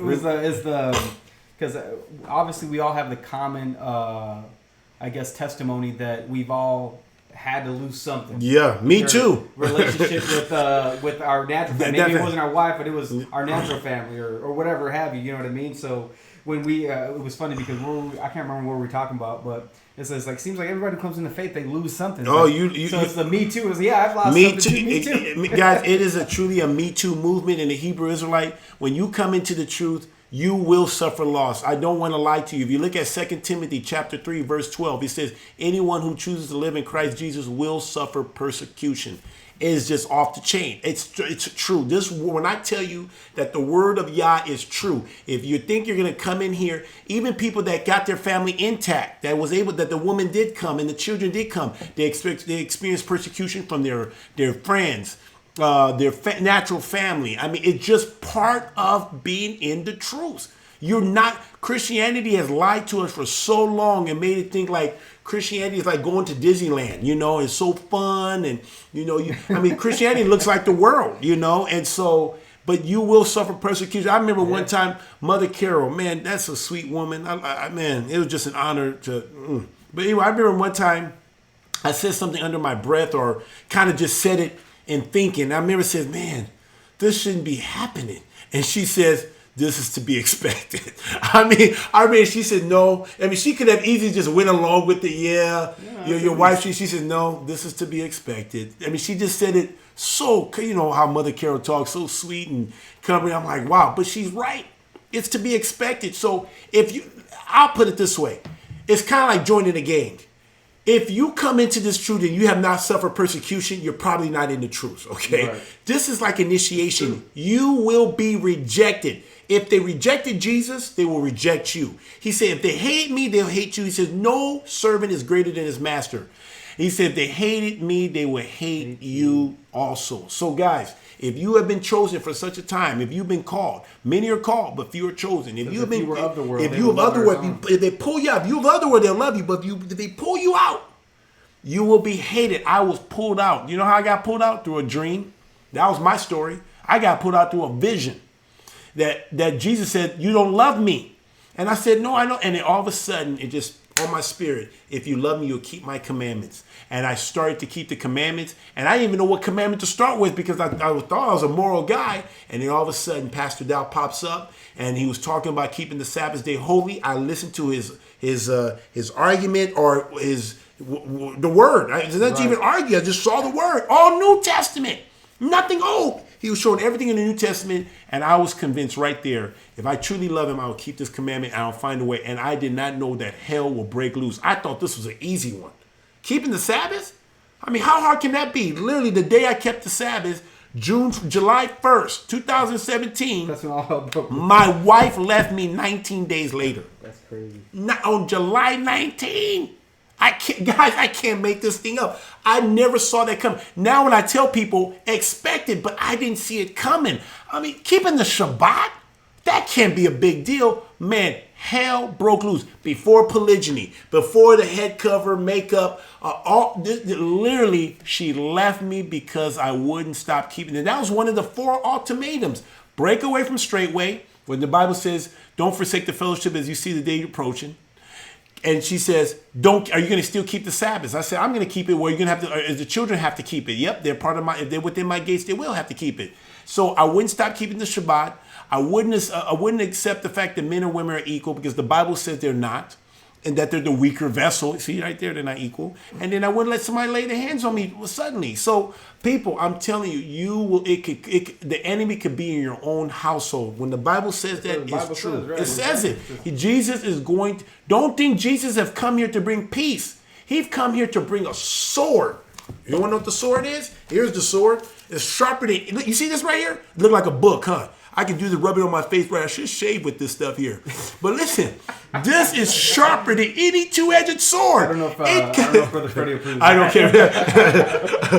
I know. He doesn't approve of this shaving. I know. I still use it, Freddie. But this is sharper than any two-edged sword. It will cut marrows and bone. I mean, bro, it will cut souls. I mean, the words I speak is cutting up people right now. When you tell a woman to obey, submit, I mean, bro, it cuts people up. And that's what the word will do. If you choose to actually follow the instructions in this book, you will experience persecution. Yes, sir. Hallelujah. Let's see if there's any more. Is there any more questions? Do you want to address more questions, or do you want to? Give me one more. What time is it? Give me one more question. One person asked, my children are into sports. I was a sportsman. And my job requires for me to work on Shabbat. How do I deal with that? Well, hey, you know how you deal with that? What does it say in Matthew 6? I'm glad that's happening with people here. Bro, guys. You said it's either going to come through a blessing. It's going to come through a blessing. Guys, here's the question. Do you love him? Jesus says, if you love me, you'll keep my commandments, right? But I'm going to show you right here. I'm going to take the time to read this one because that is an amazing question. It's a beautiful question. But guess what? I'm going to let Jesus answer the question. Because you're worried about I got to work. I got to provide food, shelter, my children play sports. Guys, I played football. I played at the highest level in the NFL. I mean, for football, I played in the professional, the National Football League for 9 years. I understand. I played college ball. I played on Saturdays. I played Friday night football. That was me. I get it. I get it. And if I had my will, my desire, my children won't play. They're playing sports right now, and they play on the Shabbat, but they're not under my care. They're under the care of their mother. But I would not let them play. They can practice up to that date, but as soon as Shabbat comes, we're shutting it down, and we're going to show honor and praise to the Most High. We're going to remember the Shabbat, and we're not going to work. We're not going to do our own pleasure. But let me read what Jesus says. So you're wondering, you said you work. I'm going to tell you what Jesus says to do. He says this. He says in Matthew 6, he says, no man can serve two masters. You can't serve two masters, right? For either he will hate the one or love the other, or else he will hold to the one and despise the other, yet he cannot serve God and mammon. Why do you work? To make some money. Now you got to ask yourself, do you love God or do you love the money? But let me keep reading. Therefore I say unto you, take no thought. Brother, that's my answer to you. Take no thought. Take no thought about your life, for what shall you eat or what shall you drink, yet your body or what you shall put on. Is not life more than meat and more than body than remnant? Behold the fowls of the airs, for they sow not, neither do they reap, nor gather in barns, yet your heavenly Father feedeth them. Are ye not much better than they? Which of you taking a thought can add to 1 cubit unto his stature? And why not take ye thought for remnant? Consider the lilies of the field, how they grow. They toil not, neither they toil not, neither do they spin. Yet I say unto you that even Solomon in all his glory was not arrayed like one of these. Wherefore, if God so clothes the grass of the field, which day is tomorrow, and is cast into the oven, shall he not much more clothe you, O ye of little faith? Where's your faith? Therefore take no thought. Once again, take no thought, saying, what shall we eat? Or what shall we drink? Or where shall we be clothed? Or is my son going to be able to play sports? Or am I going to work? I got to work on the Shabbat. What does it say? For all of these do the Gentiles seek. This is what Gentiles seek. For your heavenly Father knoweth that you have need of all these things. But seek first the kingdom of Yah and his righteousness, doing what's right in his eyes. That's what it means to seek his righteousness. Doing what's right in his eyes, not in our own eyes, his eyes. And all these things shall be added unto you. People, I lost a wife of 16 years. I lost 8 children. I knew 7 of them. I never even met the last one. He's over 1 year old. He's going on his 2nd birthday. So he's going on 2 years. And I have never met him. But Yah knew what I needed. He knew I needed brothers and sisters. He brought me brothers and sisters. Now at Straightway Praise Land, we have 16 people. And that includes brothers, sisters, nephew, niece. He knew I needed a wife. He knew I desired a woman. He helped me to find one. And now we're going to have children. He knew I wanted an assembly. He got me. Guys, I'm telling you, everything I have is better because I was seeking first his kingdom and his righteousness. So you will lose. I lost half of everything I worked for. I lost children. I lost wife. I lost money. I lost reputation. I lost income. I mean, I've lost. But now look at it. My life is literally better. I testify to you. I cannot make this up. No one is paying me. I can honestly say that my life today is better than it was 2 years ago. Better in every way. I'm the heaviest in a good way, but I eat good.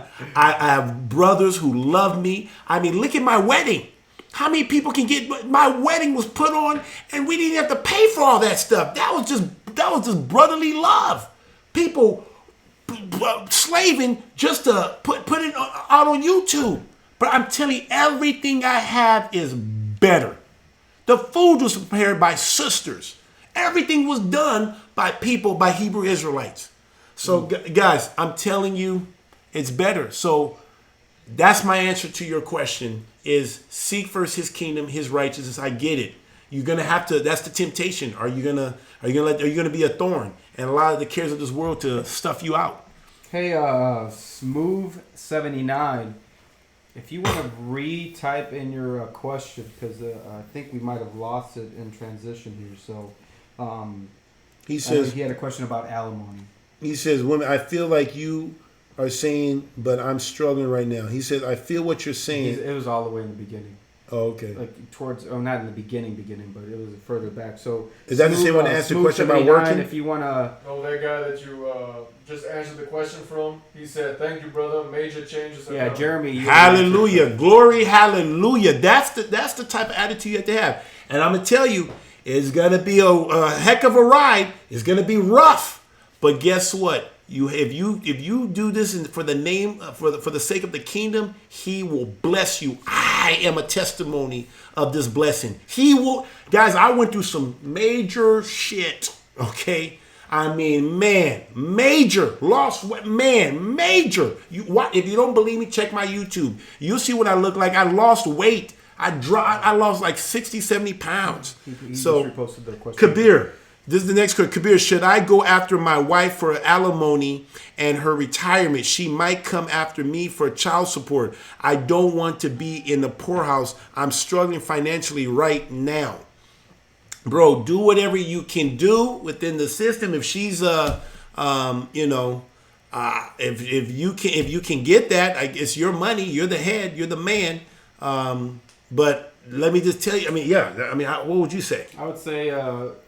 I guess if you want further advice, just email the show email, and then you can maybe get in contact. And I can get in contact and really find out what your situation is. Right. Like be a case by case. Because my situation, you saying you can go for alimony? That's pretty good. I'm the one that's paying alimony or child support. So I don't know your situation, but if you email me at the KGB Live Show at gmail.com, if you give me a number, I will reach out to you and answer your question and just really hear your situation, and I'll be more than happy to walk you through that, or at least kind of give you some insight or some advice. So please email me at the KGB Live Show at gmail.com. We have another question here. This is from the Kingdom of the Sons of God. Okay. My question is, I am engaged to a woman who is new to the faith, and she just revealed that her son is a homosexual. He doesn't like me because of my faith. Should I proceed with marrying her? Well, it has nothing to do with you. It has nothing to do with her. It depends on what she do. Is she willing to follow you and separate herself from that relationship with her son who's in the homosexual, who's practicing homosexual? So it really just depends. I mean, Bree, she had family in her family that practiced everything under the sun that's wicked. And Bree, I didn't hold that against Bree, but Bree was willing to separate, forget her family, and come and follow me. She left everything behind to follow me. And so it really depends on what that woman is. Is she committed to the Most High? Is she committed to being about your business? Is she committed? Is her desire unto you? So it really comes down to her. And if her son is doing those type of stuff, then and she wants to still have her son part of her life and encourage that behavior, then I wouldn't even mess with her. But if she's willing to follow you and forsake her son and hate her, just the same way a man has to hate his wife, his wife, his father, his mother, his brother, his sister, his wife, his children, a woman has to be willing to hate her mother, her father, her brother, her sister, and her children. She has to do the same thing for the man. To follow him, she has to forget all that, and now she has to be about the king's business. So, great question. I hope that answered that. Yes, sir. You want to take more? There's a few more. There's questions. I love questions. How many people? Okay, this is a question from Abiyah. Who? What? Abiyah Yasharal. Okay. Am I married by me going into a relationship with a mindset to marry?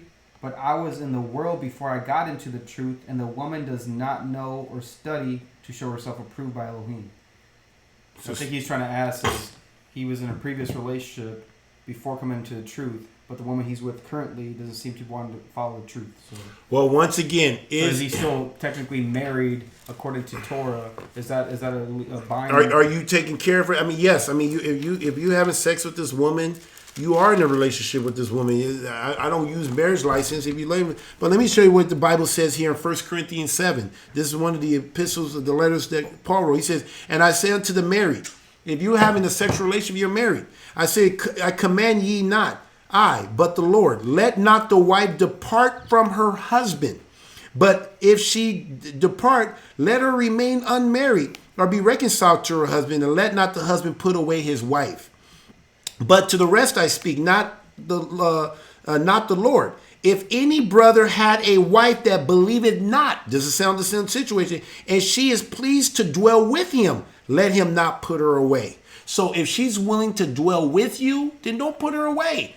You can sanctify her, it says, for the unbelieving husband is sanctified by the wife, and the unbelieving wife is sanctified by the husband. Elsewhere, the children is unclean, but now they're holy. But if the unbelieving depart, let them depart. So if she depart, so you choose to follow the Most High, she should follow along. If she choose not to follow, let her go, let her depart. It says this, a brother or sister is not under bondage in such case, but Yah has called us to peace. Called us to peace. So that's how I handle that. Just kind of what Paul says. If she's willing to dwell with you and follow you as you follow Christ, then be patient with her, But if she chooses to say, I'm not going to follow this stuff, then you let her go. Let her go. Let her depart. This goes back to the previous question about the man who is engaged and her son is a homosexual. Okay. A Gayford. Gayford, okay. He says demonetized. The problem is he is 15 years old and lives with her. So I guess he's probably. But if it's his household, I mean, when they come together, he has the right to say, "Hey, get out of this house." Yeah. I mean, I don't know what do you want to say to that. Hey, that like I said, that is a once again. I think he's 15. I don't know. I mean, where's his dad? I mean, there's so many questions here. So I'll say. If you want further questions, call the email the KGB Live Show at gmail.com so I can because I don't want to just say something blanketly here because that seemed like a unique situation and so I need more context, so feel free to email the KGB Live Show at gmail.com. If I don't have the answer, obviously there's people at Straightway. I mean, they're overwhelmed. Pastor Elder Beckert is getting calls left and right, but email your questions and I'll get an answer for you. Okay, this comes from Sister Nadia. And if you leave your number, I will personally, or Brother David will give you a call. Somebody here from Straightway Prison will give you a call and give you answers, at least kind of get some more details of what's really going on so we can really give you, I just don't want to just give you a blanket statement here because that is a unique situation. You have a person who's underage, and so we just got to kind of know what's going on there. So I want to be wise there. This question comes from Sister Nadia Nan. It says, what if your husband says it's okay now and then to work on the Sabbath? You just the same way. If my boss tells me I have to work on the Sabbath, I won't do it. I will entreat him. I said I can't do it because of my conviction. I will entreat him and say, can I do a different? I cannot. That's where it's okay to entreat your husband. If you're a woman, entreat him, give him options. Say that I cannot work because of my religious belief, and there's going to be consequences, obviously. Just like, we got great examples. Women and men, we got the same examples. You got Daniel. What happened with Daniel? They said, Daniel, you need to, don't pray anymore to the Most High. He still prayed. He had to suffer the consequences of being thrown into the lion's den. Yep. You had Rashak, Meshach, and Abednego, right? They told him to bow down to a statue. They worked for the government or for the kingdom they were part of. And they said, we will not bow down to any statue. And they got thrown into the lion's den. They just wouldn't do it. And they got thrown into the fire furnace. But Yah was able to protect them. So we had a situation where a daughter. We kind of did a role play. Saying, what if a wife would actually help her husband even find a better job? Exactly. Exactly. Honey, let me fix your resume. Yeah. That way I don't have to work. Exactly. I mean, there's so many things you can do. And we even had like one of our sister here, a sister from that travels. Take the Greyhound.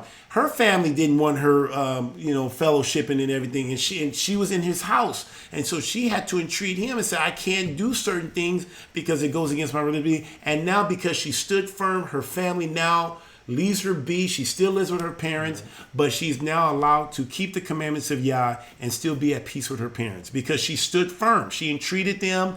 She was respectful, and now they just live her be, and they still have some type of relationship where she can still go, but they allow her to do this thing. They see that she's committed to this stuff, and so you need to do the same thing. Win him over with your conversation. To sin, yeah. So if he's not asking you to sin, but obviously if he's asking you to not keep the Shabbat, right. If he's asking you to work on the Shabbat, that is asking you to sin. But I mean, if she has to work during the week, that's she's helping her husband. I work during the week. That just leads to the next question. We have Sister Christina here said, I had a conversation with my husband the other day, and he told me that I am selfish for wanting to be a housewife and making him the sole provider for the home. He also told me that he doesn't want me to homeschool the kids, and how do I handle this without giving up? Do what he tells you to do. If he's not asking you to sin. He's not asking you to sin. You win him with your conversation, your attitude. If that's his house, those are his children, and he has. We do not get into the affairs of another man. If he tells you he wants you to go to work, then you go to work. Obviously, as long as it's not breaking the commandments, your governance, your boundaries is keeping the commandments of Yah. So it may not be something that you think is best for the family. I personally would not want my woman to work outside. I personally don't want my children in public school. But guess what? That's me. Right. Brother Freddie may have something different. Brother David may have something different. And Pastor says the same thing. He's never, because obviously we live in a society where a lot of, you get these just normal income. Yep. You can't make it off. Exactly. You got to have your wife working. So I don't know what your husband is seeing. He knows the affairs of his own house. It's not the house of Kabir. It's not the house of Freddie or the house of David. It's your husband's house. And as long as he's not asking you to break the commandments of Yah, you need to obey. That is what you are charged to do, is to obey and be subject to your own husband. Now, if you was in Christianity, they'll tell you their opinion, what they would do, and they'll tell you don't listen to him. Do not rebel. The best thing you can do is serve your husband and be about his business. Just as Jesus was about the Father's business, we need to be about his business, and the woman needs to be about her husband's business. So that is how they go back to 1 Peter chapter 3, verse 1 to 6. That's how I'll answer that. Great question. These are some good questions. Right, exactly. I'm getting my wife back home to she's only worked 5 years out of 15. Okay. Any more questions? You guys see any more questions? Somebody asked earlier, what are your everyday tasks as a community head? Everything. That's a great question. Anything that breaks down, anything, paying bills, making sure that my community has everything they need. My community have needs, just to make sure it's ran, function. Taking calls, doing the live show. I have my own financial business that I'm trying to up. I'm trying to get that up and coming. Like I said, I lost a lot of I was managing over $20 to $30 million, and I lost all of that. From the divorce, lost my job, had to start my own business. And so now I'm trying to get that going on. But at the same time, I'm also trying to run a community and we do a lot. It's just a lot that we have to get done. But just keeping this thing running and just continue to fulfill the vision that Pastor Dow has for Straightway, and trying to run this community in such a way that is it can be an example for an inspiration for all of Straightway. Even though we're not at the helm, we are a branch from Straightway Truth Ministry, led by Pastor Charles Dow Jr., and I am just a brother, leading this community. So yes, sir. But there's a lot. Paying bills. The sisters are cooking and cleaning. The brothers are working. The brothers are, keeping this house. This is a $3,000. This is a 30,000 square feet home. If things, it seems like the bigger the house, the more problems. Things got to be fixed. Things got to be done. And still trying to do the YouTube and get the word out. So there's a lot that goes on. But every community is different. So. Yes, sir. Great question. You see another one? That's pretty much it. Looks like everybody's. How about you, Freddie? What do you tell a woman who says it's okay for women to wear pants? What do you tell a woman it's okay for women? Well, once again, That's a Jezebel spirit woman that would tell it's okay for women to wear pants. It says don't dress like a man, but that's the commandment. But once again, that woman should be listening to her own husband. But the law tells us that we should not be dressing things that pertain to a man, and a man should be dressing things that pertain to a woman. So that's why our sisters do not wear pants. And that's why men don't wear dress or wear things that wear bras and things that women wear. It's different. We're different. We're not equal. So it's an understanding amongst Yah's people. Yes, sir. Any more? Anything else? Have you caught anything that was some good stuff? When is the next feast day? What are the next feast days? The next feast days are coming up is the Feast of Trumpet. We got the Day of Atonement, and then the Feast of Tabernacles. These are the fall feast, and so obviously that's coming up. And so those are the feasts that's coming up, and we're looking forward. We're preparing, and we're gonna do all of us straightway here. Praiseland will be heading out to Tennessee, and we will be out there for the Feast of Tabernacle. We're looking forward to it. It's a feast, and I get to enjoy this time because I'm not doing the Berean moment. We already got it in, and so we're going to truly enjoy. I will do a little something out there. We'll still probably do some. We're gonna do some recording. It's gonna be kind of cool. But it's not gonna be as pressing as. It's not gonna be pressing, but it's gonna be kind of cool because it's going to compare what is. It's gonna be. Don't tell me. Okay, don't tell me. I can't tell you, but you're gonna like it. You're gonna like this. All right. Yes, Any sir. more? Any more? That's it. Okay. Well, guys, I'm gonna let David close it up, and then I'll give my last word here. Well, thanks again, Brother Kabir, for making yourself available for this time just to share and be open and be transparent with us. So, guys, you guys know the deal. We got Sister to Sister coming up. Usually, once the dead season comes, we'll be doing a lot more of the Berean moment promotions, but obviously until then, guys, next thing coming up is the Sister to Sisters broadcast. They're live every single Thursday at 6 p.m. Central Standard Time. Make sure you guys go check that out. Like Brother Kabir said, they were here last time live, and they did a great show. And then also, you guys know that Pastor Dow does a blog talk broadcast as well, where he takes your calls and answers any of your questions. Make sure you guys go check that out every single Friday at 7 p.m. Central Standard Time. If you guys have any questions and want to make yourself known to the ministry, make sure you call into the live show where Pastor will, I would say, 8 times out of 10 will take your call. Obviously, there's a lot of people in the caller queue, and the ministry is growing, so don't be offended if he doesn't get your call immediately. But just keep pressing, keep calling. There's the dining hall number. It's on the bottom of the screen right now. Call if you want to make yourself known. There's the Straightway website as well, straightway.com. If you want more information about scheduling, so on and so forth, about what's going on in the ministry. And obviously, you guys have the Shabbat service live every single Sabbath on Saturdays at 11 a.m. Central Standard Time. The website, straightway.com, you'll see it on there. It's live every single Sabbath.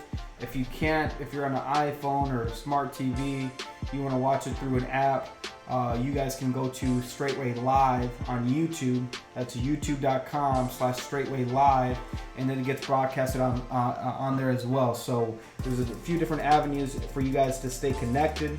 So I guess it shouldn't be really any excuses not to watch and to make yourself known and be available to fellowship in some way, fashion, or form. So that's pretty much it, brother.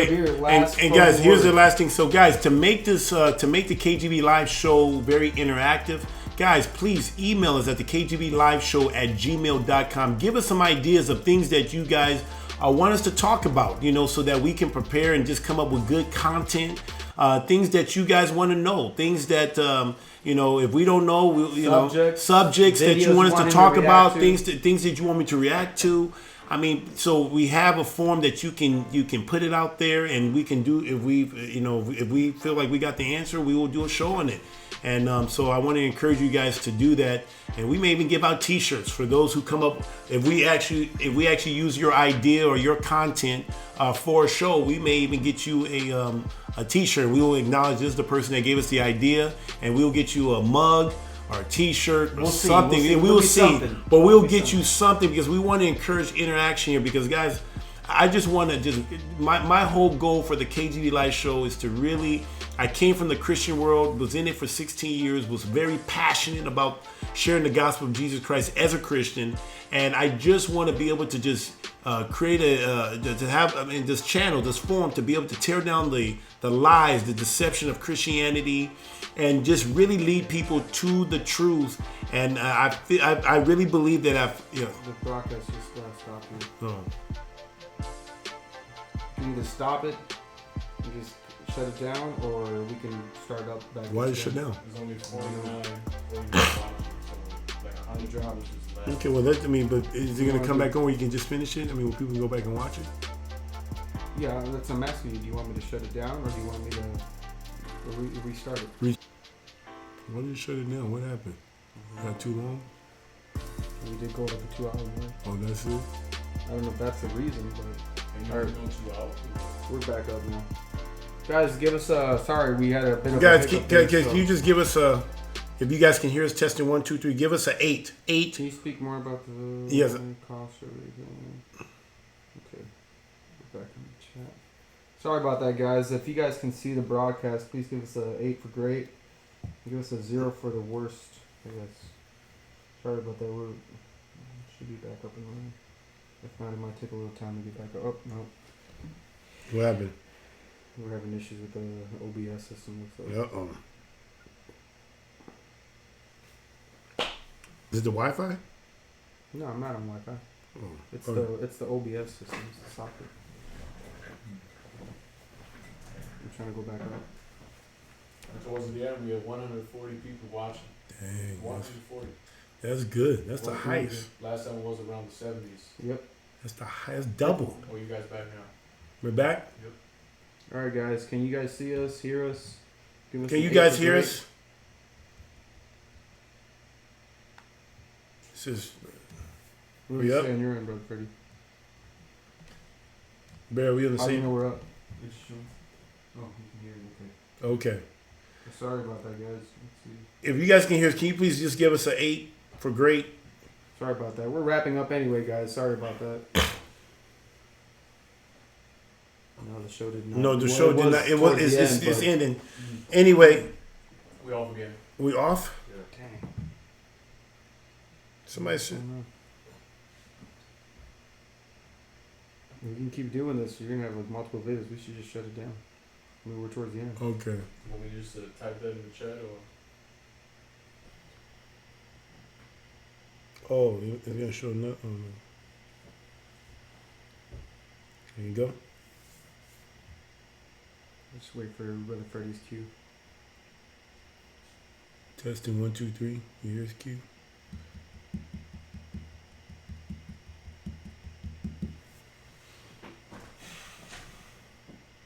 We're It's doing gonna be good. another stream. It's smooth. Hmm? Are we up?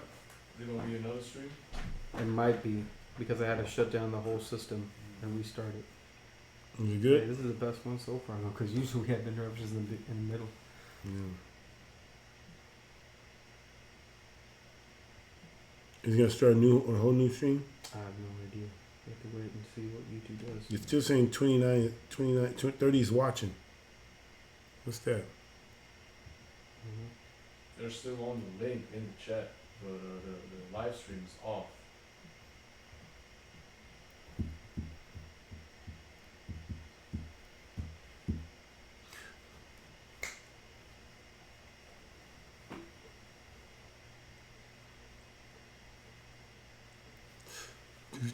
Can you guys see us? Please give us an 8 for great if you see us. I'm here putting your show on my calendar. Thank you, Jeremy Crawford. Freddie Shalom. Technical difficulties. I can rap. Mishpaka. Mishpaka. Let's leave the music and rapping to Okay. Brother Morgan. Guys, they told me to stop rapping. Okay, Brother. I was just trying to Jay make a sees joyful this. noise. Brother Jay Ontario sees this. All right. So it looks Well, like are wait, we wait, up, see. up and running? Can you see? No, I don't. Okay. I don't know why. It says live. Oh, no, something happens. It looks like it's. I'm back. All right, now it's you guys. Yep. Okay. All right. All right. Well, guys, I appreciate your patience. Let me just close out here. Can you hear me? Everything's good? Yeah, let's just do it quick. Okay. Hey, guys. Okay, real quick. I just want to say, guys, please give us ideas for the KGB Live Show. Email us at the kgbliveshow@gmail.com.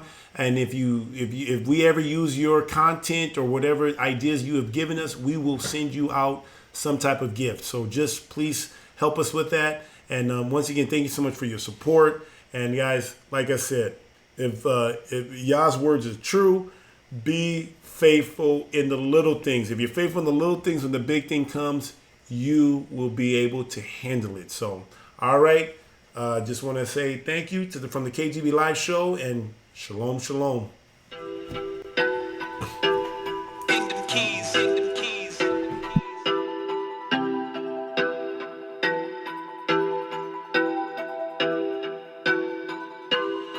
It's KGB Live Show. We gon' set it right.